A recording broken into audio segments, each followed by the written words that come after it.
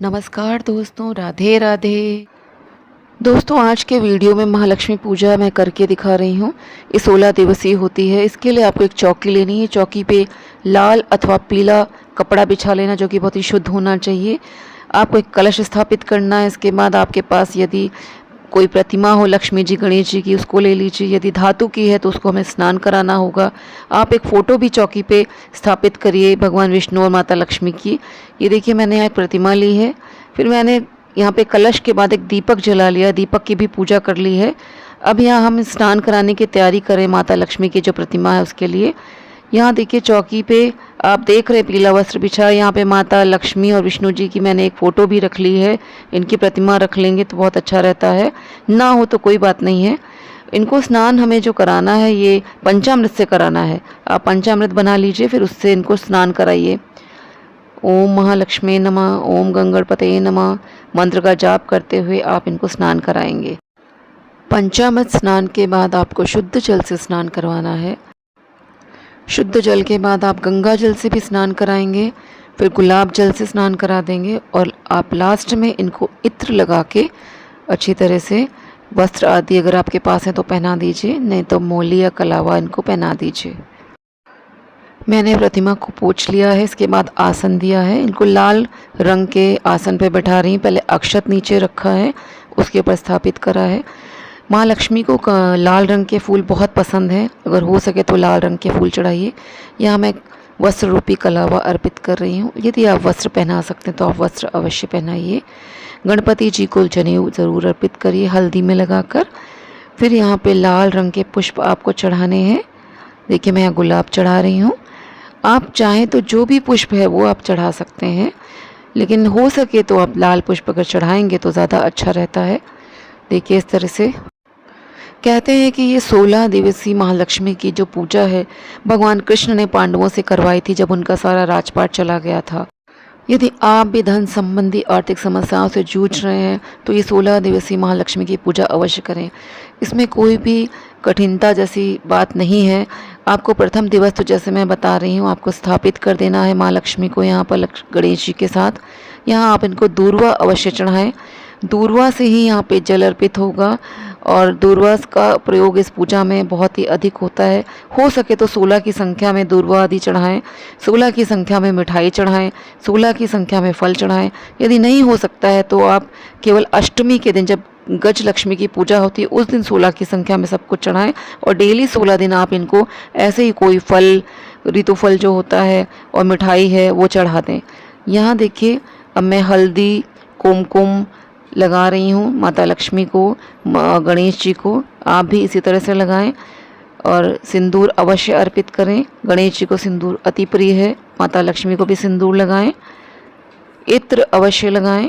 इत्र की सेवा अवश्य दी जाती है, क्योंकि माता लक्ष्मी या जो भी देव आप पूजा करते हैं किसी भी देवता की, तो सुगंधित वातावरण रहना चाहिए, सुगंध अवश्य रहनी चाहिए। आप पुष्प में इत्र लगाकर अर्पित कर सकते हैं। कलश को मैंने यहाँ बनाकर नहीं दिखाया, क्योंकि मैंने अपनी हर पूजा में, आप इस चैनल पे देख सकते हैं कलश कैसे स्थापित होना।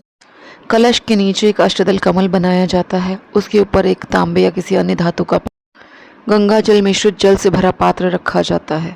एक सुपारी, सिक्का, पुष्प, हल्दी की गांठ या पिसी हल्दी आप उसके अंदर अवश्य डालेंगे कलश में। फिर उसके ऊपर अक्षत से भरा पात्र रखेंगे। फिर आप उसके ऊपर एक नारियल रखेंगे, नारियल को चुनरी से लपेट देंगे, पुष्पमाला चढ़ा देंगे कलश को। इतना आप अवश्य करेंगे जब भी कलश बनाएंगे। दीप देव की मैंने पूजा कर ली है, उनको कलावा, अक्षत, रोली, कुमकुम सब चढ़ा दिया है। यहाँ मैंने दूध से बनी मिठाई चढ़ाई है। आप भी दूध से बनी मिठाई चढ़ाएं। मैंने 16 की संख्या में चढ़ाई है। माता को केला आदि अवश्य चढ़ाइए। यहाँ पे 16 श्रृंगार मैंने चढ़ाया है माँ को। आप प्रथम दिवस चढ़ा सकते हैं 16 श्रृंगार, अथवा अंतिम दिवस की पूजा में भी आप ये सब चढ़ा सकते हैं। इस तरह से आप अवश्य चढ़ाइए। मंत्रों का जाप ओम श्री महालक्ष्मी नमः ज़रूर करिए। अब मैं आपको बता रही हूँ, इसमें प्रमुख कार्य आपको ये करना है कि आपको एक सूती कलावा ले लेना है। उसमें आपको 16 गांठें लगानी है महालक्ष्मी माता का। मन में स्मरण करते हुए लगाएंगे ओम श्री महालक्ष्मी नमः। मंत्र का जाप करते हुए 16 गांठें लगाइए। आपकी जो भी इच्छा है उसको मन में रखते हुए 16 गांठें लगाएंगे। इस धागे का बहुत अधिक महत्व होता है, इसकी पूजा की जाती है। आपको ये जो कच्चा सूती कलावा है लंबा लेना है, जिससे कि 16 गांठें पूरी लग जाएं, और धागा भी आपको जो ले रहे हैं कलावा 16 की संख्या में गिन के लीजिएगा। यहाँ मैंने 16 गांठें लगा ली हैं। अब हम इनको आसन देंगे क्योंकि इनकी पूजा करनी है। हमने अक्षत रखा है, बिना टूटा चावल होता है अक्षत, वही रखेंगे। वहाँ लक्ष्मी जी की पूजा में सफ़ेद अक्षत की बहुत ज़्यादा आवश्यकता होती है। मैंने यहाँ पे रख दिया है इनको आसन देकर। अब इसको पुष्प अर्पित करेंगे, जल भी समर्पित करेंगे और इनकी 16 दिन तक पूजा की जाएगी इस धागे की। 16 दिन बाद इसको धारण भी किया जाता है, पहना भी जाता है। 16 दिन तक पहनते हैं, वो मैं आपको आगे की पूजा में बताऊंगी अपनी कि 16वें दिन आपको क्या करना है, इसका उद्यापन कैसे करना है। देखिए मैंने कोशिश करी कि पूरी पूजा में मैं लाल पुष्प को ही इस्तेमाल करूं। गुलाब का फूल आसानी से मिल जाता है, मैंने वही लिया है। आप भी इसी तरह से कर लेंगे। बहुत साधारण मैंने आपको पूजा विधि बताई है कि कोई साधारण विद्यार्थी भी इस पूजा को कर सकता है, घर का कोई भी सदस्य इस पूजा को कर सकता है। प्रथम दिवस केवल एक चौकी पर आपको सब स्थापित कर देना है। नैवेद्य, पुष्प, धूप, दीप ये दिखाना है। शुद्धता से सारे कार्य करने। एक आप अगर माला डेली महालक्ष्मी जी के मंत्र की ओम महालक्ष्मी नमः कमल गट्टे की माला से कर लेते हैं या स्फटिक की माला से कर लेते हैं, बहुत शुभ होता है। माता को नारियल अवश्य चढ़ाइए। फल के साथ साथ श्रीफल चढ़ाना बहुत उत्तम होता है। ये मैं चढ़ा दे रही हूँ। आप पहले दिन चढ़ा देंगे तो आप 16 दिन तक आप ये रखा रहने दे सकते हैं यहाँ पे चढ़ा हुआ, या आखिरी दिवस भी आप चढ़ा सकते हैं। तो इस तरह से आपको ये सब धूप, दीप, नैवेद्य, भोग, अंत में गणेश जी को आप ये जो पान पे रख के 2 इलायची, 2 लौंग, 2 सुपारी अवश्य चढ़ाएं। पूजा के अंत में दक्षिणा अवश्य चढ़ाएं। पूजा में यदि कोई कमी रह जाती है तो दक्षिणा चढ़ाने से माना जाता है कि वो पूरी हो जाती है। अब आप हाथ में पुष्प और अक्षत लेकर महालक्ष्मी जी की कथा अवश्य सुनेंगे। इसके बाद जब कथा आदि सुन लेंगे, आप चाहें तो डेली हवन कर सकते हैं महालक्ष्मी जी के मंत्रों से, अथवा आप 16वें दिन मंत्र करिए और उससे हवन करिए। और अंत में आप 16 दीपक बनाकर आरती करेंगे। आप डेली 16 दीपक नहीं बना सकते हैं तो 16वें दिन आप 16 दीपक की आरती कर सकते हैं और डेली आप एक ही दीपक से आरती करिए। दोस्तों, साल 2022 में भाद्रपद शुक्ल पक्ष की अष्टमी तिथि यानी 3 सितंबर 2022 को पहला महालक्ष्मी व्रत रखा जाएगा।